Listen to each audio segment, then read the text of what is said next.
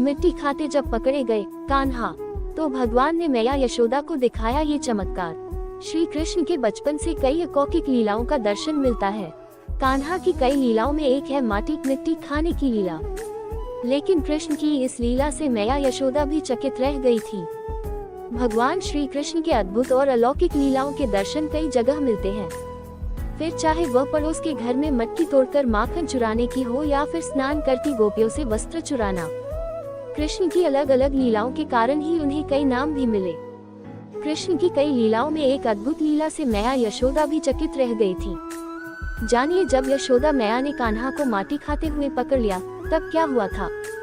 कान्हा बचपन में केवल माखन मिश्री ही नहीं बल्कि माटी भी खाते थे। एक बार यशोदा मैया से किसी ने शिकायत कर दी कि तुम्हारा लल्ला माटी खा रहा है। ये सुनकर यशोदा मैया तुरंत कान्हा के पास पहुंची और कान्हा को धमकाते हुए कहा, लल्ला तूने माटी खाई है। मुख में माटी होने के कारण कान्हा ने गर्दन हिलाकर न में उत्तर दिया। तब मैया यशोदा ने ये जानने के लिए कि कान्हा झूठ बोल रहे हैं या सत्य, जबरदस्ती उनसे मुंह खोलने को कहा। जैसे ही कान्हा ने अपना मुख खोला, मैया यशोदा को पूरे ब्रह्मांड के दर्शन हो गए। कान्हा के छोटे से मुख में अंतरिक्ष, दिशाएं, द्वीप, पर्वत, समुद्र समेत पूरा ब्रह्मांड नजर आ रहा था। कान्हा के मुख में ऐसा दृश्य देख एक बार तो मैया यशोदा भी यह सोचने लगी कि कहीं ये स्वप्न को नहीं और चकित होकर वहीं गिर पड़ी। इधर श्री कृष्ण भी समझ गए कि मैया उनके तत्व और अलौकिक शक्तियों से अवगत हो गई हैं।